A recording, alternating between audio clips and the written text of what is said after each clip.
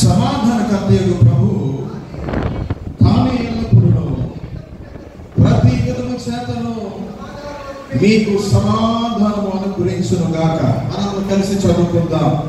సమాధానకర్తయగు ప్రభువు తానే ఎల్లప్పుడూ ప్రతి విధము చేతను మీకు సమాధానము అనుగ్రహించును గాక. ఆమేన్ చెప్పండి అందరూ. ఆమేన్. ఈ మాట పౌలుగా ఏ సంఘానికి చెప్తా ఉన్నాడు? తెస్సలోనిక సంఘానికి చెప్తా ఉన్నాడు. ఏమని చెప్తా ఉన్నాడు? ప్రభువు మీకు ఏమిస్తాడట? సమాధానం ఇస్తాడు. ఎంత మంచి ఆశీర్వాదం, ఎంత మంచి ప్రార్థన. ప్రభువునందు ప్రియమైన వాళ్ళగా మనం చాలా మంది చాలా ఆశీర్వాదాల కొరకు ఆశపడతాం, ప్రార్థన చేసుకుంటా, ప్రభువుని అడుగుతాం. సరే, ఇందులో బ్యాచ్ ఉంటాయి. కొందరికేమో ఉద్యోగం కావాలని ప్రార్థన చేసుకుంటారు కదా, కొందరికేమో ఇల్లు కట్టుకోవాలని ప్రార్థన చేసుకుంటారు, మరికొందరికి అప్పులు తీరుకోవాలని ప్రార్థన చేసుకుంటారు, మరికొందరికి డబ్బు బాగా రావాలని ప్రార్థన చేసుకుంటారు, మరికొందరు మంచి అమ్మాయి పెళ్లికి దొరకాలని ప్రార్థన చేస్తారు. ఈ ప్రార్థనలు చాలా ఉంటాయి, చాలా రకాలైన ప్రార్థనలు ఉంటాయి. జాగ్రత్తగా ఆలోచించండి. ప్రభు ఎన్ని ఆశీర్వాదాలు ఇచ్చినా బై వన్ గెట్ వన్ లాగా ఆశీర్వాదంతో పాటు మనకి ఏం కావాలంటే సమాధానం ఉండాలి. అవునా? ఆశీర్వాదము సమాధానంతో జోడించకపోతే ఆ పండగ ఆఫర్ ఫ్లాప్ అయినట్టే. నా మాట అర్థమవుతుందా? అయితే మనిషి ఏం చేసుకుంటున్నాడు? సమాధానం కొరకు జీవితంలో అతను ఏం చేయాలి? అన్ని చేస్తున్నాడు. డబ్బు సంపాదించుకుంటున్నాడు, బంగారాన్ని సంపాదించుకుంటున్నాడు, ఆరోగ్యాన్ని సంపాదించుకుంటున్నాడు, ఆస్తిని సమకూర్చుకుంటున్నాడు, బంధుమిత్రులను పోగేసుకుంటున్నాడు, మంచి హోదాతనాన్ని తెచ్చుకుంటున్నాడు. కారణం ఏంటంటే ఇవన్నీ ఉంటే నా ప్రాణమా, నువ్వు తిను, నువ్వు తాగు, నువ్వు సుఖించు, నువ్వు హాయిగా బ్రతుకు అనుకుంటున్నాడు మనుషుడు. సరే, మనం అనుకున్నట్టుగానే ప్రభు మనకి కావాల్సినవన్నీ ఇచ్చాక తప్పుందా? అందులో ఏది లేకపోయినా అందులో ఏ ఆశీర్వాదంతో కలిసి సమాధానం లేకపోయినా ప్రభునందు ప్రేమ వల్ల ఇవన్నీ మనం అడగకుండా ప్రభు మనకి ఇచ్చిన కేవలం సమాధానం లేదు కనుక ఈ ఆశీర్వాదాలను మనం అనుభవించలేము. అన్నమాట అర్థమవుతుందా? కనుక అన్నిటికన్నా ప్రాముఖ్యమైన ఆశీర్వాదం ఏమి అంటే సమాధానమే. ప్రియులరా, అన్ని ఉన్నా కానీ మన జీవితంలో నిజమైన నెమ్మది, నిజమైన సమాధానం కనుక if you can't experience the real love and peace, నిజమైన ప్రేమ, నిజమైన సమాధానం కనుక మనం అనుభవించలేకపోతే మనం సంపాదించుకున్నవి, మనం సమకూర్చుకున్నవి దేనికి ఉపయోగపడవు. ప్రియులరా, మీరందరూ కోపం ఉన్న కథ చెప్తారు వినండి. ఒకసారట ఒక రైతు బాగా పంటను పండించుకొని ఆ పంటను సమకూర్చుకొని అమ్మేసుకొని అతనికి కావలసిన సమకూర్చుకొని ఆ రోజు అనుకున్నాడట, 6 నెలలుగా నేను కష్టపడ్డాను కదా, ఈ నెల శుభ్రంగా పంటను సమకూర్చుకొని హాయిగా నాకు కావలసిన వాళ్ళు వండుకొని తిందాం అనుకున్నాడు. అప్పుడు ఉన్నాడు రైతు, హాయిగా కావలసిన బిర్యానీ, చికెన్ అన్ని వండేసుకున్నాడు. ఇక తిందామని వెళ్ళేసరికి ఆ ఇంటి ముందే ఆ పొలం రోడ్డు మీద ఒక ఎద్దులు బండి తెలపడిపోయింది. అందుకని గడ్డి పొగ్గు పడిపోయింది. ఆ ఎద్దుల బండిని నాలాంటి ఒక చిన్న కుర్రోడు, నాలాంటి కుర్రోడు పక్కగా ఉన్న నాకన్నా నేను ఆ ఎద్దుల బండి నాడే బాగుతున్నాడు. అప్పటికే రాత్రి ఇంచుమించుగా 8:30 కావస్తుంది. వెంటనే రైతు చూసి చాలా బాధపడి, అయ్యో ఇదేమో ఇందాక నుండి ఆ ఎద్దుల బండి తెలపడిపోయింది, గడ్డి పొగ్గు కింద పడిపోయింది, ఇందాక నుండి ఆ గడ్డి పొగ్గు లాగుతున్నాడు, అదేమో తిరగలేడు, టైం వస్తే 8:30 కావస్తుంది, ఏం తిన్నాడో, నేను ఒక్కడే లోపల ఏం తింటాను, ఎలాగో నేను ఒక్కడే ఉన్నాను కదా, నాకు తోడుగా వీడిని తెచ్చుకుంటామని చెప్పి వాడి దగ్గరికి వెళ్ళారు. అయినా ఇందాక నుంచి కష్టపడుతున్నావు, నీకు తోడు ఎవరు లేరా? లేదు సార్. మరి ఒక్కడే మొక్క తిరగేయగలమని లేదు సార్. మరి ఎందుకు వదిలేసుకోవచ్చు కదా, మా నాన్న సొంత తింటారు సార్. అంటే ఏనంటే మా నాన్న అప్పటికి ఎద్దులు తీసుకుని తోలొద్దన్నాడండి, నేను మాట కనుక తోలేసానండి, వాడి తిరగడిపోయిందండి, మోపడిపోయిందండి, పోతా పోయిందండి, మా నాన్న సొంత తెచ్చేస్తానండి. ఏమన్నాడు? మా నాన్న సొంతే కొద్దిసేపు అయిన తర్వాత ఈ రైతు సముదాయించి పోతపోనేరా, భోజనం చేద్దుగంటరా, భోజనం సమయం అయింది. భోజనం చేసేసిన తర్వాత ఇద్దరం కలిసి గడ్డుకోవడం మారుతుందా అక్కడే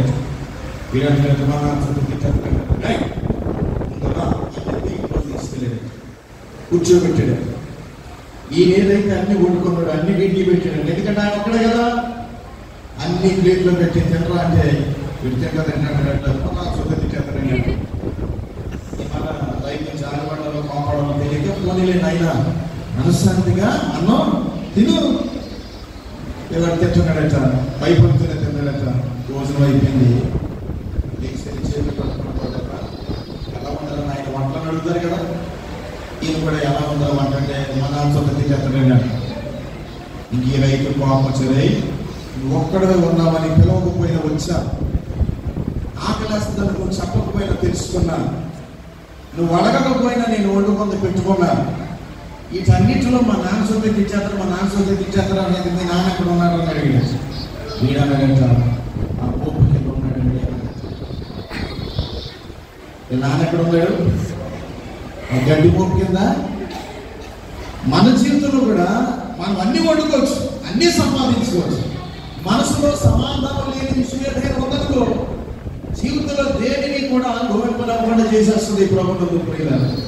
కనుక పౌలు గారు తెస్సలోనిక సంఘానికి రాస్తున్నాడు. అన్నిటికన్నా గొప్ప ఆశీర్వాదం ఏమిటి? తెస్సలోనిక ప్రాంతం మాసిదోనియాకు రాజధానిగా ఉంది. మాసిదోనియా ప్రాంతం మంచి వ్యాపారపు కేంద్రముగా ఉంది. నేను ఎక్కువ రెఫరెన్స్ చెప్పను, నా మాట అంటే వాక్యం చెప్పి వెళ్ళిపోతాను.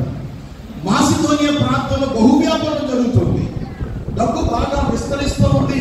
ధనవంతులు చాలా మంది ఉన్నారు, వ్యాపారవేత్తలు చాలా మంది ఉన్నారు, ఉద్యోగాలు చేసుకోవడానికి ఉద్యోగాలు ఇచ్చే వ్యాపారవేత్తలు ఇండస్ట్రీస్ లో చాలా మంది ఉన్నారు. తెస్సలోనిక సంఘంలో, తెస్సలోనిక ప్రాంతంలో సంఘం ఏర్పడితే ధనవంతులు ఎక్కువైపోవడం చేత, దేవుడి ప్రేమ వాళ్ళలో చల్లారిపోవడం చేత, నిజ దేవుడిని వాళ్ళు ఎరుగుతా డబ్బు ఎక్కువైపోయి ఉన్న క్రైస్తవులను, క్రైస్తవ సంఘాన్ని వాళ్ళు ఏం చేస్తున్నారంటే హింసించడం మొదలుపెట్టారు. పెర్సిక్యూషన్ అంటారు. అనగా క్రైస్తవులను తెలిస్తే చాలు చంపేస్తున్నారు. క్రైస్తవులకు మనుగడ లేదు, సంఘాలను నిలవనివ్వట్లేదు, క్రైస్తవులకు ఉద్యోగాలు ఇవ్వట్లేదు, తినడానికి తిండి లేదు, సరైన గుర్తింపు లేదు, ఏడుస్తున్నారు. ప్రభువా నిన్ను నమ్ముకుంటే మాకు దొరికే ఆశీర్వాదం ఇదేనా? తెస్సలోనిక ప్రాంతంలో ఎక్కడ చూసిన ఏడుపే. ఇదొక ప్రక్కన అయితే మరొక ప్రక్కన ప్రభువుని నమ్ముకున్న వారు ఏమంటున్నారు? దుర్బోధ మొదలు పెట్టారు. ఏమిటి దుర్బోధ అంటే, ఇదిగో ప్రభు త్వరగా రాబోతున్నాడు కనుక సంఘ విశ్వాసులరా మీరెవరు పనికెళ్ళొద్దు, పాట చేయొద్దు, రేపు మాకు దేవుడు వచ్చేస్తున్నాడు కనుక మీరెవరు పనికెళ్ళొద్దని తప్పుడు మాట మరొక క్రైస్తవులు గుంపు ప్రకటన చేయడం మొదలు పెడుతోంది. ఎంత దోపం చూడండి. రాజకీయంగా అసమతి ఉంది, ఉద్యోగాలు దొరకట్లేదు, మతపరంగా స్వేచ్ఛ లేదు, అదేవిధంగా సంఘంలో వారికి సమాధానము లేదు. మనలో అయితే ఏం అడుగుతామంటే, నాయన ఎవరైతే గుడి మీదకి నోరెత్తారో ఆ నోర్లన్నీ పడిపోను కాక, అది కుటుంబాలన్నీ నాశనమై పోను కాక అని ప్రార్థన చేస్తాం.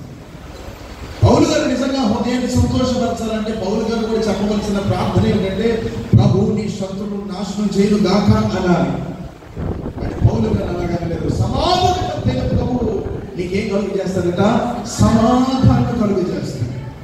ఇది అద్భుతమైన ఆశీర్వాదము ప్రియులారా, సమాధానం. ఈ 3 రాత్రుల్లో ప్రభు సన్నిధిలో ఉపవాస ప్రార్థన కోడికలో దేవుని సన్నిధి వల్ల మీరు ఏమి సంపాదించుకుని వెళ్ళాలి? ఈ 3 దినాలు మీకు ఏమి మిగల్చాలి అంటే నేను అంటాను, నిజమైన సమాధానం మీకు అనుగ్రహించబడాలి. హల్లెలూయా.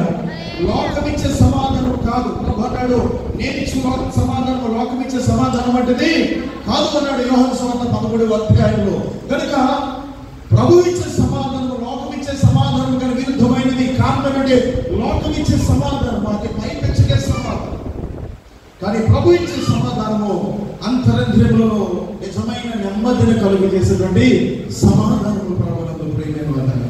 అది అన్ని ఆశీర్వాదాల కన్నా గొప్ప ఆశీర్వాదం అయినది. అందుకే ఇశ్రాయేలు ప్రజలను ఆశీర్వదించాలని దేవుడు అహరోను ద్వారా ఒక ఆశీర్వాదాన్ని పలికినప్పుడు సంఖ్యాకాండము 6వ అధ్యాయం మాట వినండి. ప్రభు ఒక ఆశీర్వాదాన్ని ప్రకటించాడు. ఏమనంటే, ప్రభు మిమ్మల్ని ఆశీర్వదించును గాక అన్నాడు. ఆ మాట ఎంత బాగుంది కదా, ప్రభు మిమ్మల్ని ఏం చేస్తాడట? ఈ మాట చెప్పగానే మనం అయితే చాలా సంతోషిస్తాం. ఏమన్నాడు ప్రభు మిమ్మల్ని ఆశీర్వదించింది కాక. అబ్బా, దేవుడు మంచి దీవెన మాకు ఇచ్చాడండి. ఏమిటి ఆ దీవెన అంటే ప్రభు మిమ్మల్ని ఆశీర్వదించింది కాక అన్నాడు. దానికన్నా గొప్ప ఆశీర్వాదం ఏంటి? కానీ ఇశ్రాయేలు ప్రజలకు నిజమైన ఆశీర్వాదం అది మాత్రమే కాదు. అందుకే అన్నాడు, ప్రభు నీకు తన సన్నిధిని ప్రకాశింపజేసి నేను కరుణించును గాక అన్నాడు. దేవుని సన్నిధి మాతో ఉంటుందా? చాలా సంతోషం. మరి దేవుని సన్నిధి మాతో ఉంటే మాకు వచ్చే లాభం ఏంటి అంటే అంటాడు, ప్రభు నీ మీద తన సన్నిధి కాంతింపజేసి ఇప్పుడు చెప్పండి, నీకు సమాధానం కలుగ చేయను. అన్లెస్ అంటే అక్కడ సమాధానం అనే పదం లేకపోతే ఇశ్రాయేలు ప్రజలకు నిజమైన ఆశీర్వాదమే లేదు అనమాట. నేటికి కూడా ఇశ్రాయేలు ప్రజల జీవిత చరిత్రలు కనుక మనం న్యూస్ ఛానల్లో చూస్తే వారికి లేనిదంటే ఏమి లేదు. ఆస్తి ఉంది, డబ్బు ఉంది, మంచి మేధాశక్తి ఉంది, మంచి ఇన్ఫ్రాస్ట్రక్చర్ ఉంది, గొప్ప గొప్ప శాస్త్రవేత్తలు ఇశ్రాయేలు దేశంలో నుండి వచ్చారు. ప్రజెంట్ ఈ దినానికి ఇశ్రాయేలు దేశంలో కొరబడింది ఏమిటి అంటే సమాధానం. ఒక పక్కన పాలస్తీనా వారితో యుద్ధం చేస్తున్నారు, మరో పక్కన లెబనాన్ ప్రాంతంతో యుద్ధం చేస్తున్నారు, ఏమేమి ప్రాంతంతో యుద్ధం చేస్తున్నారు. మూడవ ప్రపంచం దానికి నాన్ని పలకడానికి సిద్ధంగా ఉన్నారు. ఇరాన్తో యుద్ధం చేయబోతూ ఉన్నారు. ఇరాన్ దేశం ప్రపంచ దేశాలలో ఆయుధ బొమ్మ కలిగినటువంటి దేశాల్లో ఒక ముఖ్యమైన దేశము ప్రభుత్వ ప్రేమ. అమెరికా దేశంలో కూడా చూసి భయపడే దేశం ఇరాన్ దేశం. కారణం ఏంటంటే వాడి దగ్గర అనుభవం లేక ఉన్నాయి. ఏ దేశమైనా పాడు చేయగలిగినటువంటి అనుభవాలు తయారు చేసే జ్ఞాపకం వాడి దగ్గర ఉంది. ఏ సమయాన్న మూడవ ప్రపంచ యుద్ధాన్ని ప్రారంభం చేయొచ్చు. ఈ రోజు ఇశ్రాయేల్ ప్రజలే కాదు, ప్రపంచ దేశాలన్నీ కూడా దేని కొరకు ప్రార్థన చేస్తున్నాయి అంటే for the peace that to be provided the land of Israel. Israel దేశం మీద దేవుని సమాధానం కొరకు అప్పటి నుండి ఇప్పుడు కూడా వారు అదే ప్రార్థన. కారణం ఏంటంటే నీ బ్రతుకుకు ఏ ఆశీర్వాదం కావాలో నా ప్రభువుకు తెలుసు. హల్లెలూయా. నీ బ్రతుకుకు నా బ్రతుకుకు ఏ ఆశీర్వాదం కావాలో ప్రభువుకు ముందే తెలుసు కనుక మోషే ద్వారా ప్రభు చెప్పాడు, ప్రభు యొక్క సమాధానం నీకు తోడుగా ఉంటుంది. ఆయన సన్నిధి కాంతి నీ మీద ప్రకాశం చేస్తాడు. నీకు ఆయన ఏ కలుగు చేస్తాడు? సమాధానం కలుగు చేస్తాడు. ఇశ్రాయేలు ప్రజల ద గ్రేటెస్ట్ బ్లెస్సింగ్, గొప్ప ఆశీర్వాదం సమాధానం, సమాధానం, సమాధానం. కనుక ఈ రాత్రి ఎవరిని దేవుని సన్నిధిలో నుండి సమాధానం పట్టుకొని వెళ్తారు అంటే మూడు విషయాలను ముందు పెడతాను. యెషయా గ్రంథము 26వ అధ్యాయంలోకి వెళ్తాం. యెషయా గ్రంథము 26వ అధ్యాయము 3వ వచనం. మీరందరూ మనందరికీ సుపరిచితమైనటువంటి మాటలే. ఏమన్నాడు? ఎవరి మనసు నీ మీద ఆనుకున్నదో, మళ్ళా చదవమ్మా, ఎవరి మనసు నీ మీద ఆనుకున్నదో వారిని నీవు పూర్ణ శాంతి గలవానిగా. అంటే దేవుడిచ్చే సమాధానాన్ని పొందుకోవాలి అంటే మొట్టమొదటిగా చేయవలసిన పని ఏమిటి అంటే ఎవరి మనసు నీ మీద ఆనుకున్నదో, ఎవరి మనసు నీ మీద ఆనుకున్న వారిని ఏం చేస్తాడట? పూర్ణ శాంతి గలవారిగా చేస్తాడు. అంటే దేవుడిచ్చే సమాధానం అనే ఆశీర్వాదాన్ని పొందుకోవాలి అంటే మొట్టమొదటిగా మన బ్రతుకులో నేర్చుకోవాల్సింది ఏమి అంటే దేవుని మీద ఆనుకోవడం నేర్చుకోవాలి. దేవుని మీద ఆనుకోవడం అంటే ఏంటంటే అయ్యారు సమాధానం పొందుకోవడం అంటే దేవుని మీద ఆనుకోవాలన్నారు. అంటే ఎలా?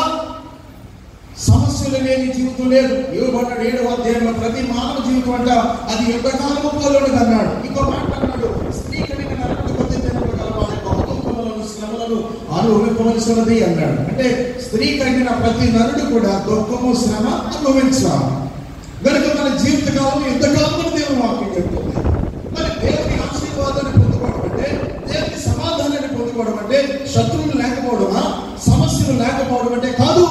నీ సమస్యల వలయాలను దేవుని ఆనుకొని బ్రతకడము నేర్చుకోవాలి. ఉదాహరణకు నేను చెప్తాను, యోనాను దేవుడు ఎక్కడికి వెళ్ళమన్నాడు? యోనా నువ్వు నినివేకి వెళ్ళు. యోనా ఎక్కడికి వెళ్ళాలి? నినివేకి వెళ్ళాలి. సరే దేవుడు చెప్పేసి వెళ్ళిపోయాడు అనుకుందా. ఇప్పుడు యోనా గారికి ఒక డౌట్ వచ్చింది. నినివే ప్రాంతంలో దేవుడి మీద భయపడిన జనానికి ఎవరు కూడా లేరు. కనుక యోనా గారు ఏమనుకున్నారంటే నేను నినివే వెళ్తున్నాను చంపేస్తారేమో, కనుక నినివే వెళ్ళకుండా నేను ఏదో ప్రాంతానికి వెళ్దాం అనుకున్నాడు. జాగ్రత్తగా ఆలోచించండి. యోనా గారిని దేవుడు ప్రేమించాడు, యోనా గారిని దేవుడు పిలిచాడు, యోనా గారిని దేవుడు ఎన్నుకున్నాడు. బహుశా అతను మంచి భక్తి పరుడు అయి ఉంటాడు. పరిచయం చేయాలన్న యాజకత్వ దీక్ష బాగా పుడుపుచ్చుకుని ఉంటాడు. యోనాను దేవుడు పిలుచుకొని దేవుడే నేరుగా మాట్లాడితే సమయం వచ్చేసరికి యోనా దేనికి ఎన్నుకున్నాడు? దేనిని ఆనుకున్నాడు అంటే తన సొంత ఆలోచన మీద అతను ఆనుకున్నాడు ప్రభువునందు ప్రియమైన వారు. అందుకే యెషయా 50వ అన్నాడు, నా మార్గములు మీ మార్గముల వంటివి కావు, నా తలంపులు మీ తలంపుల వంటివి. your ways are not mine అన్నాడు ప్రభు. మనం ఏం చేస్తామంటే సమస్య రాగానే దేవుడి పాత్రను వదిలిపెట్టేసి మన ఆలోచన మీద మనం ఆనుకోవడం మొదలు పెడతాం. అప్పుడు మన హృదయం ఏమైపోతుందో తెలుసా? భారం అయిపోతుంది. ఇప్పుడు ఎవరైనా కనబడిన తర్వాత బ్రదర్ మీరేంటి అలా ఉన్నారంటే వాళ్ళు ఏమంటారు తెలుసా? మనసు అసలా బాగోలేదు. అంటే ఏం చెప్పుకోండి అయ్యగారు, మనిషికి అన్ని బాధలే.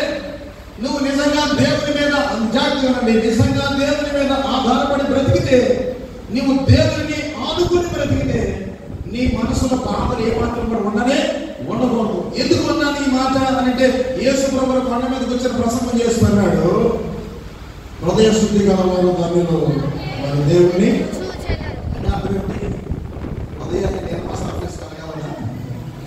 సమస్యలు హృదయంలో నిండడం సహజము, అది మానవ నైజం. అయితే సమస్యను హృదయంలో పెట్టుకోకూడదు. ఎక్కడ తీసుకెళ్ళి పెట్టాలంటే ఎవరి మనసు నీ మీద ఆనుకున్నావు, ఎవరి మీద ఆనుకున్నావు? యేసు ప్రభు మీద ఆనుకున్నావు కనుక నీ సమస్య ఎవరి తీసుకెళ్ళాలి? యేసు ప్రభు దగ్గర తీసుకెళ్ళాలి. అప్పుడు నీ హృదయం ఏమవుతుందో తెలుసా? శుద్ధీకరించబడుతుంది.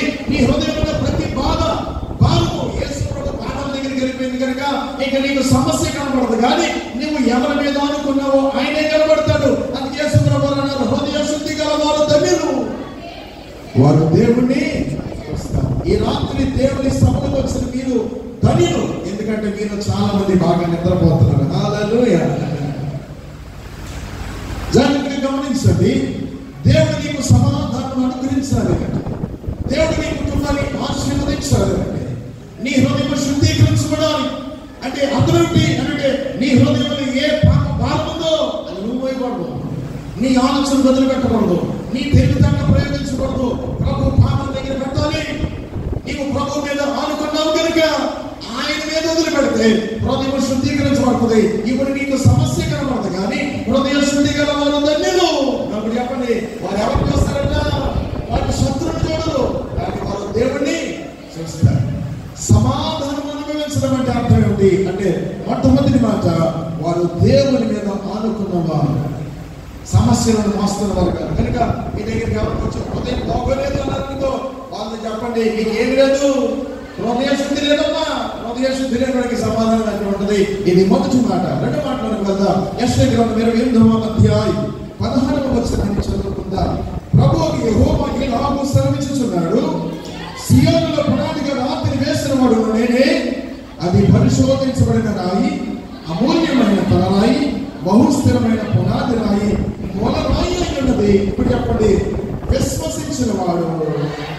ఇది రెండవ వర్గం అన్నమాట. ఒకటి ఆనుకున్నవారు, చెప్పాలి. ఒకటి ఆనుకున్నవారు. రెండవ వర్గంలో విశ్వసించిన వారు. ఇశ్రాయేలు జనాంగము ఐగుప్తు నుండి తీసుకుని రాబడ్డా, ఇదిగో వాగ్దాన దేశంలోకి వెళ్ళిపోవడానికి సిద్ధంగా ఉన్నారు. ఒక అడ్డు వచ్చింది వాళ్ళకి. ఏమిటి అంటే ఒక కొండ. ఆ కొండను దాటితే వారు వెళ్ళిపోతారు లోపల. దేవుడు కొండను దాటలేకుండా 40 సంవత్సరాలు తిప్పాడు. ఎందుకు చెప్పండి? ఎర్ర సముద్రాన్ని పాయం చేసిన దేవుడికి, అరణ్యంలో నడిపించిన దేవుడికి, ఎడారిలో నడిపించిన దేవుడికి కొండను దాటించడం రాదా? దేవుడి దగ్గర గూగుల్ మ్యాప్స్ లేవా? ఒకసారి నేను మా పాస్టర్ గారు పాల్గొని వచ్చిన కొత్తలో ఒక ఊరికి మీటింగ్స్కి రమ్మని పాస్టర్ గారు పిలిచారు. సరే దారి అడగండి పాస్టర్ గారు అంటే ఆయన ఏమన్నా గూగుల్ మ్యాప్స్ పెట్టానన్నాడు సిఆర్ గారు. సరే నేను మనం తెలిసి కదా కార్లు ఫోన్ పెట్టాం, గూగుల్ మ్యాప్స్ ఆన్ చేసాం, నేను నడిపించినాను కదా, అది ఎలా చెప్తే అలాగే వెళ్ళిపోవాలి. ఇంకా మా పాస్టర్ గారు నాకు కాలం కొత్త అది వెళ్ళిపోమంటే వెళ్ళిపోతాను, ఎక్కడ పక్కన తిరుగుతున్నాను. తీసుకుని చీకటి ప్రదేశానికి వెళ్ళేసరికి కొంతమంది వీళ్ళంటి తల్లులు బైబిల్ పెట్టుకుని వెళ్తున్నారు. మా పాస్టర్ గారు అంటున్నారు, ఇదిగో బైబిల్ పెట్టుకుని వెళ్తున్నారని కరెక్ట్గానే వెళ్తున్నాం అన్నమాట. మనకి కూడా ధైర్యం వచ్చింది, మనం కరెక్ట్ రూట్లోనే ఉన్నామన్నమాట. కొంచెం దూరం వెళ్ళిన తర్వాత మరీ చీకటి ప్లేస్కి వెళ్ళిన తర్వాత గూగుల్ మ్యాప్స్ ఉంది, you have reached your destination on the right one. నువ్వు ఇప్పుడు వైపునే నువ్వు చేరుకోవాల్సిన గమ్యం ఉంది, నువ్వు వచ్చేసింది గమ్యం కాదు. సరే అంతే కదా అని కార్ చేసి కార్ బయట తిరిగేసరికి శ్రీ లక్ష్మి థియేటర్ అని బయట. ఏమన్నా బయట శ్రీలక్ష్మి మీటింగ్ అన్నావు, ఎక్కడికి తీసుకొచ్చావు, మీటింగ్ అని తీసుకొచ్చావు, ఎక్కడికి వెళ్ళావు? చాలా సార్లు లోకాన్ని పట్టుకొని అనుసరించి వెళ్ళిపోతే నువ్వు చాలా కూడా గమ్యానికి అది చేర్చేస్తుంది ప్రభునందు ప్రేమ. కానీ పరమనావికుడు ఉన్నాడు చూసా, ఆయన వాడ అరమణ నిద్రపోతూ ఉంటే ఎలాంటి నేను నశించిపోతుంటే చెప్పలేదా? ప్రభు అంటాడు, ఆత్మ విశ్వాసులారా నేను ఉన్నాను కదా ధోనిలో, దారి తొలగి తీరము చేరని ఘోర సుడిగాలిలో నావికుడాగా ఆత్మనిధిని నవను నడిపించినావే, తీరము చూపించినావే. ఎంత మంచి మాట రాశాడు భక్తుడు. ఎవరు సమాధానాన్ని అనుభవిస్తారంటే సమస్యల వలయంలో లేని వారు కాదు. యేసు ప్రభువు అన్న ధోని కూడా గాలి వాన చేత పట్టబడింది, వాన విరిగిపోతుందేమో అన్నంత తుఫాను వచ్చింది. ఎలా అంటున్నారు యేసు ప్రభు దగ్గరికి, నాయన మేము నశించిపోతున్నాం, నీకు చెప్పలేదా? ప్రభు అంటాడు, అల్ప విశ్వాసులారా, కాకపోతే విశ్వసించిన వాడు వాడేమంట కలవరపడదు, there will be still peace. అక్కడ నిత్యమైన సమాధానం ఉంది. ఆయన ఎప్పుడైతే చెయ్యి చాపాడో ఆ సముద్రము మిక్కిలి నెమ్మలపరచబడింది. దేవుని మహిమ కలుగునుగా.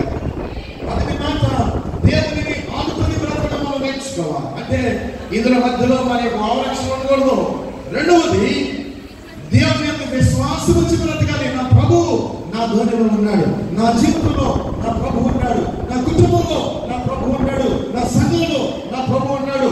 విశ్వసించాను, నేను కలవరపడను. హల్లెలూయా. ఇది రెండవ మాట. మూడవ మాటలోనికి వెళ్తున్నాను. యెషయా గ్రంథం 9వ అధ్యాయము 6వ వచనంలో చెప్పాలి, సర్వోన్నతమైన స్థలంలో దేవునికి మహిమ, ఆయనకి ఇష్టమైన మనుషులకు భూమి మీద క్రిస్మస్ వద్దనే కానీ మీరు చెప్పలేమో చూడకుండా చెప్పండి. సర్వోన్నతమైన స్థలములలో దేవునికి మహిమయు, ఆయనకి ఇష్టమైన మనుషులకు భూమి మీద ఏం కలుగుతుందట? సమాధానం. నేను కావాలని రెఫరెన్స్ తప్పితే లోకాసువార్త 2వ అధ్యాయం తీయాలి కదా. జాగ్రత్తగా వినండి. ఒకటి, ఆనుకున్న వారు సమాధానాన్ని అనుభవిస్తారు. రెండవది, విశ్వసించిన వారు సమాధానాన్ని అనుభవిస్తారు. మూడవది చెప్తున్నాను వినండి, ఇష్టులైన వారు. ఏంటమ్మా? దేవునికి ఇష్టులైన వారు. వారు ఎలాంటి వారు అంటే వారు నిజమైన దేవుని సమాధానాన్ని ఈ భూలోకం మంది అనుభవిస్తారు. నేను రక్షణ పొందుకున్న తొలిటి దినాల్లో ఇంజనీరింగ్ రోజులు నేను రాసుకున్నాను, నిలుచున్నది భూమి పైన నాకు పరలోక దర్శనం రాస్తున్నాను. ఈ మాట దేవుడు నాకు ఎందుకు ఇచ్చాడో నాకు తెలియదు. రక్షణ పొందుకున్న తొలిటి దినాల్లో అందరూ ఆశ్చర్యపోతారు. నవీన్ గారు కూడా బాగా మనసు పొందుకుంటారా, ఇలాంటి వారు భాగ్యుడు కూడా దేవుడికి వస్తారా అని ఆశ్చర్యపోతున్న దినాల్లో నా గదిలోకి వచ్చిన ఒంటరిగా రాసుకున్నాను, నిలుచున్నది నేను భూమి పైన నాకు పరలోక దర్శనం ఇచ్చావు. హల్లెలూయా. నిజంగా దేవునికి ప్రియులైనవా, దేవునికి ఇష్టమైనవా, దేవుని రాజ్యాన్ని భూమి మీదే అనుభవిస్తాను. దేవుని రాజ్యము సమాధానంతో కూడినదైతే ఆ సమాధానాన్ని ప్రభు మనకి ఇక్కడే అనుభవిస్తాడు. కనుక ప్రభువులకు ప్రియమైన వాళ్ళరా, నిజమైన సమాధానం ఎవరు అనుభవిస్తారంటే దేవునికి ఇష్టలుగా ఉన్నవా. మనం మన ఇంట్లో వాళ్ళకి ఇష్టంగా ఉన్నామో లేదో చూసుకుంటాం, సగపిల్లలకి ఇష్టంగా ఉన్నామో లేదో చూసుకుంటాం, తోటి విశ్వాసానికి ఇష్టంగా ఉన్నామో లేదో చూసుకుంటాం. సరి చూసుకోవాల్సింది ఏమిటి అంటే ఆయనకి ఇష్టలుగా ఉండడం. దేవునికి ఇష్టలుగా ఉన్నప్పుడు ప్రభు నీకు ఇచ్చే గొప్ప ఆశీర్వాదం ఏంటి? దేవుడు నీకు ఇచ్చే గొప్ప బహుమానం ఏంటంటే ఆయన సమాధానాన్ని మనము పొందుకుంటాం. ఇది మూడవ మాట. నాలుగవ మాట, సామెతల గ్రంథంలోకి వెళ్దాం. 16వ అధ్యాయం చూద్దాం. 7వ వచనాన్ని ధ్యానం చేసుకుందాం. సామెతల గ్రంథము 16వ అధ్యాయము 7వ వచనాన్ని చదువుకుందాం. ఒకని ప్రవర్తన యెహోవాకు ప్రీతికరమగునప్పుడు ఆయన వారి శత్రువులను సహా వారికి మిత్రులుగా చేయను. ఒకని ప్రవర్తన, ఒకని వ్యవహారం యెహోవాకు ప్రీతికరమగునప్పుడు దేవుడట వారి శత్రువులను కూడా ఏం చేస్తాడట? మిత్రులుగా చేసేస్తాడట. జాగ్రత్తగా ఆలోచించండి. దేవుని సమాధానం ఎవరు అనుభవించగలరు అంటే దేవునికి నచ్చే ప్రవర్తన మనకు ఉండాలి. అంటే ఆ మాటలో మనకు అర్థం కావాల్సింది ఏంటంటే దేవుడు నీ పాటలు మాత్రమే కాదు, దేవుడు నీ ప్రార్థన మాత్రమే కాదు, దేవుడు గుడికి వచ్చినప్పుడు మాత్రమే కాదు, దేవుడు ఎలా బ్రతుకుతున్నావు కూడా చూస్తున్నాడు. ఇంకో మాటలో చెప్పాలంటే దేవుడు నీ ప్రవర్తన ఉండడం ఆయన చూస్తూ ఉన్నాడు. ఆ మాట అర్థమవుతుందా? దేవుడు నీ ప్రవర్తన చూస్తూ చేసుకున్నాడు. ఒకసారి ఒక శ్రావకుడు వాక్యం చెప్తూ ఉంటే ఒక అమ్మకి అంత గొడవ పెట్టింది. ఏంటి గొడవ అంటే, మాస్టర్ గారు ప్రసంగం 45 నిమిషాలు చేయాలి కదా, ఈ ఆదివారం 55 నిమిషాలు చేశాడండి అని గొడవ పెట్టింది మాస్టర్ గారితో గొడవ పెట్టిన పక్కన ఉన్న సంఘ పెద్దలు చెప్పమ్మా, ఈ రోజుకి సభకుడు మాస్టర్ గారికి ఎట్లా చెప్తాం, 45 నిమిషాలు చెప్పమని చెప్తాం, ఇంకెప్పుడు కూడా ఎక్కువసేపు చెప్పండి. అందరూ ఆశ్చర్యపోయారు. 10 నిమిషాలు ఎక్కువసేపు ప్రసంగం దేవుడికి ఏమైంది? ఆ మనసాట వాళ్ళు మాస్టర్ 55 నిమిషాలు చేయడం కానీ 50 నిమిషాలు చేశారు. మళ్ళా పొడవెట్టిందండి. ఏ కానీ ఇలా పొడవెట్టారు సాయంత్రం ఇంటికి వెళ్ళేసరికి 5 నిమిషాలు లేట్ వచ్చిందని ఆయన చదువుకోలేకపోయాడు. ఆయన ఏం చేశాడు? చదువుకోలేకపోయాడు. ఆ సంగతి చూసి దైవ ఇది కారణం త్వరగా వదిలిపెట్టమంటే ఆయన వదిలిపెట్టడు, లేట్ పత్తినా వదిలిపెట్టడు. కొంతమంది ఇళ్లలో తీసుకొచ్చి బిడ్డ పడేస్తూ ఉంటారు. ప్రవర్తన మారిపోతూ ఉంటుంది. దైవ సేవకుల ముందు, సంఘ పెద్దల ముందు, విశ్వాస సమూహంలో ఎక్కడెక్కడో తీసుకొచ్చి ఇక్కడ పెడతామంటారు. ఈ ప్రవర్తన మంచిది కాదు. చాలా జాగ్రత్తగా గమనించండి. సంఘమును పాడు చేయడం దేవుని ఉద్దేశం కాదు. నీ ప్రవర్తన దేవునికి ఇష్టంగా ఉండాలి తప్ప నీ ప్రవర్తన లోకానుసారమైనదే లోకంలో నుండి సంఘంలోనికి రాకూడదు. ఒకవేళ అలాగే వచ్చింది అంటే దాని ఉద్దేశం ఏంటంటే నీ ప్రవర్తన దేవుడికి ఇష్టంగా లేదు. నీ ప్రవర్తన నీకు ఇష్టంగా ఉన్నది తప్ప దేవుడికి ఇష్టంగా లేదు. అలాగూ లేదు కనుక నీ బ్రతుకులు ఏం లేదు, సమాధానము లేదు. ఇలాంటి 4 విషయాలు ప్రాముఖ్యంగా చెప్పిన. ఒకటి చెప్పండి, ఆయన మీద ఆనుకున్న వారు సమాధానాన్ని అనుభవిస్తారు. రెండవది, విశ్వసించిన వారు సమాధానాన్ని అనుభవిస్తారు. మూడవది, ఇష్టమైన వారు సమాధానాన్ని అనుభవిస్తారు. నాలుగవది, దేవునికి ప్రీతికరమైన ప్రవర్తన కలిగిన వారు ఆయన ఇచ్చే సమాధానాన్ని పొందుకుంటారు. అంటే ఏమిటండి అయ్యగారు అంటే ఆయన సమాధానాన్ని పొందుకోవడం అని అంటే ఇందాక మనం చదువుకున్న మాటలో పౌలు గారు చెప్పిన మాట, పౌలు తెస్సలోనిక సంఘానికి రాసిన 2వ పత్రిక 3వ అధ్యాయము 18వ వచనాన్ని పరిపూర్ణంగా చదువుకుందా. ఏమన్నాడు అక్కడ? సమాధానకర్తయగు ప్రభువు తానే ఎల్లప్పుడూ ప్రతి విధమ చదువులో మీకు ఏమనుగ్రహిస్తారట? సమాధానం అనుగ్రహించడు గాక అని చెప్పి అక్కడ ఒక క్లాజ్ పెట్టాడు, అక్కడ ఒక హేతు పెట్టాడు. ఏమిటి అంటే కింద చదవండి, ప్రభువు మీ అందరికీ తోడయుండును గాక. హల్లెలూయా. ఇప్పుడు చెప్పండి, దేవుడిచ్చే సమాధానం మనకు అనుగ్రహించబడాలంటే ధర్మసూత్రం ఏమిటంటే దేవుడు మనకు తోడై మాట అవుతుందా? దేవుడిచ్చే సమాధానం మనకి కావాలి అంటే మనతో ఏం తోడుగా ఉండాలి? దేవుని సన్నిధి తోడుగా ఉండాలి. ఇప్పుడు చెప్పండి, ఉపవాసం అంటే అర్థం ఏమిటి? ఒకసారి నేను మా మాస్టర్ గారు రాజమండ్రిలో ఒక మంచి ఐస్ క్రీమ్ పార్లర్ దగ్గర పక్కనే ఒక సహోదరి వచ్చింది. ఆ పాప ఒకటే 4 ఫ్రూట్స్ అలాంటివి పట్టుకెళ్తాను. నేను మా మాస్టర్ గారు ఒకటి తినడానికి కష్టపడుతున్నాను. సరే నేను అమ్మబడ్డాక చెల్లి చుట్టాలు ఎవరు వచ్చారా 4 పట్టుకెళ్తున్నాం అన్నా. పుష్పమని ఏముందో తెలుసా? ఉపవాసం అన్న ఒకదానికి ఏంటంట? ఉపవాసం అన్న ఒకదానికి అంటే అర్థం ఏంటంటే అమ్మగారు అన్నం తినడం మానేశారు. ఏంటి కంటే అమాత్రంగా 4 ఫ్రూట్స్ అలాంటి 1 కేజీ యాపిల్ తినేస్తున్నారు. చాలా మంది ఉపవాసం అంటే అన్నం మానేయడం ఉపవాసం అనుకుంటారు. మరికొంతమందికి ఉపవాసం అంటే డైటింగ్ చేయడం ఉపవాసం అనుకుంటారు. మరికొంతమందికి ఉపవాసం అంటే టిఫిన్ చేయడం ఉపవాసం అనుకుంటారు. మరికొంతమందికి ఉపవాసం అంటే నీరసంగా మొహపెట్టుకుంటే ఉపవాసం అనుకుంటారు. ఉపవాసం అంటే నిర్వచనం ఏంటంటే దేవుడితో చేసే సహవాసమే ఉపవాసం అంటే. సీనాయి పర్వతం మీదకి మోసే వెళ్ళిన తర్వాత ఎన్ని దినాలు ఉన్నాడు? 40 దినాలు ఉన్నాడు. ఎవరు క్యాలేజ్ పట్టుకెళ్ళారు? ఎవరు మంచి గుడ్డు పట్టుకెళ్ళారు? ఎవరు స్నాక్స్ ఇచ్చారు? ఎవరు టీ ఇచ్చారు? ఎవరు కాఫీ ఇచ్చారు? దేవుని స్వరూపాన్ని, దేవుని మహిమని చూసిన తర్వాత తిన్నానా ఉన్నానా మర్చిపోవడం ఉపవాసం అంటే. నమ్మిన వారు సంతోషిస్తే చప్పలు కొట్టుకోకుండా దేవుని సన్నిధిలో ఏమి ముందుగా అది ఉపవాసం అంటే. ఉపవాస ప్రార్థనకు వచ్చి టైం అయిపోయిందంటే నాకు అక్కడే బాధ వచ్చేది. ఉపవాసం అంటే అంత తిండి మానేయడం కాదు. ఒక ఆమెడిగా ఒక ఆమె అయ్యగారు సంబంధం కూడా చాలా ఫోటో మీద పెట్టామా పెట్టలేదు. మళ్ళీ ఫోన్ చేసి ఏమిటి సంబంధం చూడమన్నారు కదా, వాళ్ళతో మాట్లాడాను. ఫోటో అడుగుతున్నారు ఏంటంటే ఈ లింట్ అయిపోయిన తర్వాత అయ్యగారు అంది. ఇప్పుడు చెప్పండి ఎందుకు ఎత్తానండి? అమ్మాయి 4 గుర్తుకుంటుంది. ఈ 40 దినాలు ఆవిడ ఏం చేస్తారంట? ఖచ్చితంగా ఉపవాసం ఏం చేస్తే ఏమైపోతుందట?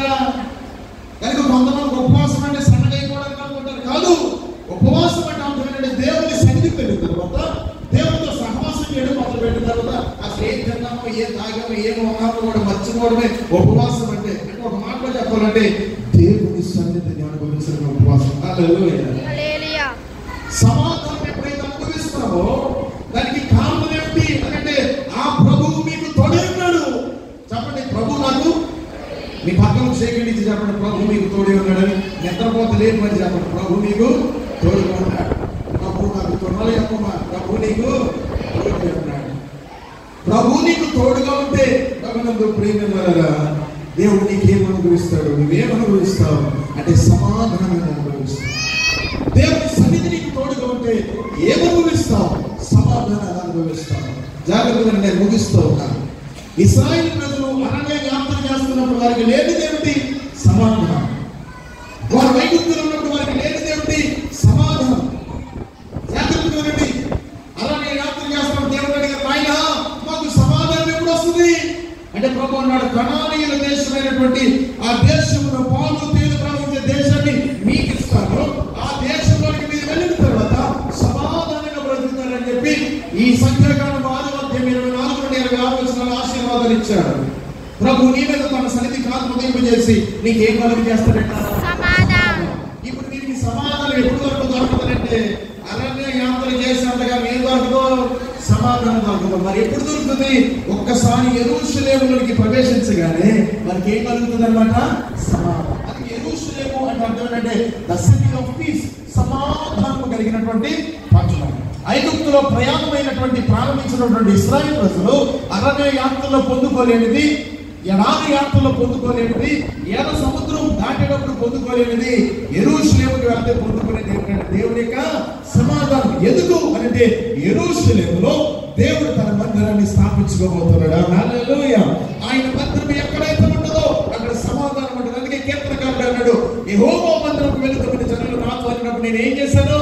సంతోషించాను. ఇంట్లో ఉంటే సంతోషం లేదు, రాజుగా ఉంటే సంతోషం లేదు, రాజరికాన్ని అనుభవిస్తున్న సంతోషం లేదు, కానీ దేవుని సన్నిధికి వెళ్తే సంతోషిస్తారు. కారణం ఏంటంటే అక్కడ నిత్య సుఖశాంతులు కలవు. హల్లెలూయా.